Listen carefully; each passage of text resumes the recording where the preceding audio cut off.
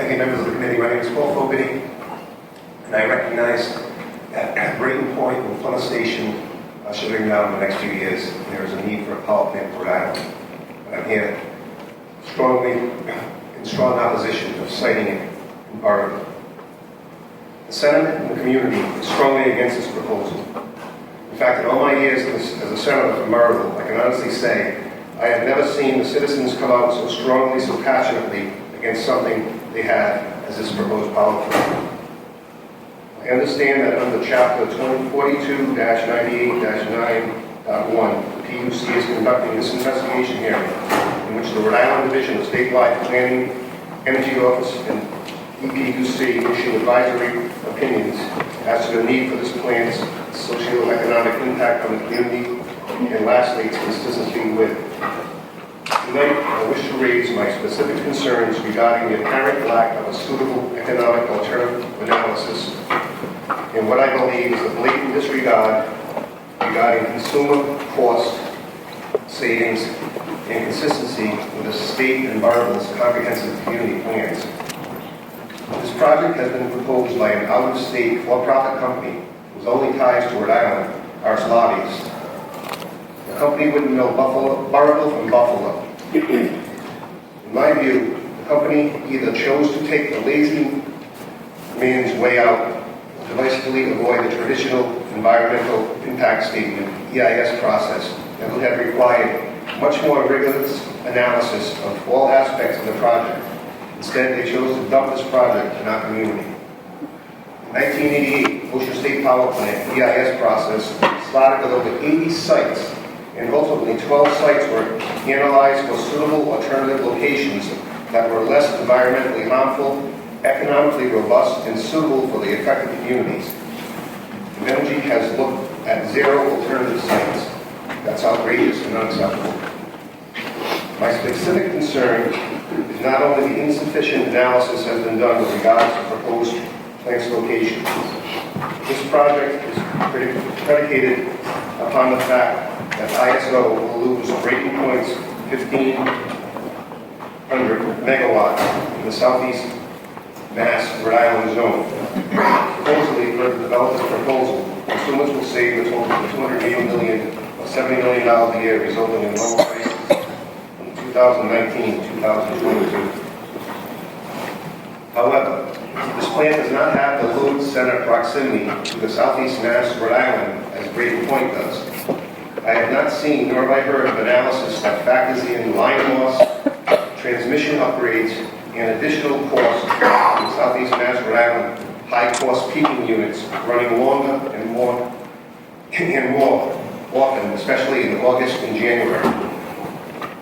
Will the additional infrastructure costs needed to move power from Burrillville southeast as proposed be socialized by ISO, as were other regional systems, ingestion costs, or what will Rhode Island taxpayers, or will the Rhode Island ratepayers have to bear this huge financial burden? Locating this plant in a community like East Providence on Dexter Road, adjacent to the Capital Oil Terminal, should be examined as an alternative. The power plant could have a dedicated storage tank to eliminate the need for hundreds of tractor trailers clogging our roads and spewing pollution when natural gas is not available during the winter months. Chapter 42-98-9.1 requires that a statewide planning program within the Department of Administration shall conduct an investigation and render an advisory opinion as to the socio-economic impact of the proposed facility and its construction and consistency with the state guide plan. I believe that locating this plant adjacent to over 7,000 acres of state preserved land is inconsistent to both the state and Burrillville's long-term conservation plans. DEM Director Point has stated that this area is considered amongst the highest priority conservation areas in the state, and the high concentration of protected land in the area allows for increased habitat protection and minimal disturbance. The land features an array of uncommon species and habitats, both plants and animals. These preservation efforts strongly align with the state's comprehensive wildlife conservation strategy, which is to identify and conserve those species in greater need of conservation while retaining a holistic view of the wildlife within the state. Director Coy also stated, the lands located nearby the proposed location are one of the largest undisturbed areas in all of Rhode Island that are particularly valuable for wildlife. And that amount of rare and uncommon species on the property is amazing. Other speakers will go present much more analytic and detailed issues this evening. I want to stress, this is not a case of NIMBYism from local residents, as has been falsely alleged by some in the media. Far from it. Burrillville residents have already stepped up to do their part for the energy needs of our state. We already host a large gas-fired power plant and a high-pressure gas transmission facility. How many other communities can make that claim? We've done more than our part for the energy needs of Rhode Island.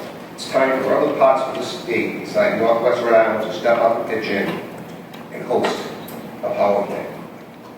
And after carefully evaluating all the facts and listening to constituents, I've come to the clear conclusion that the Benji's proposal doesn't make sense environmentally, safety, economic, and quality of life reasons.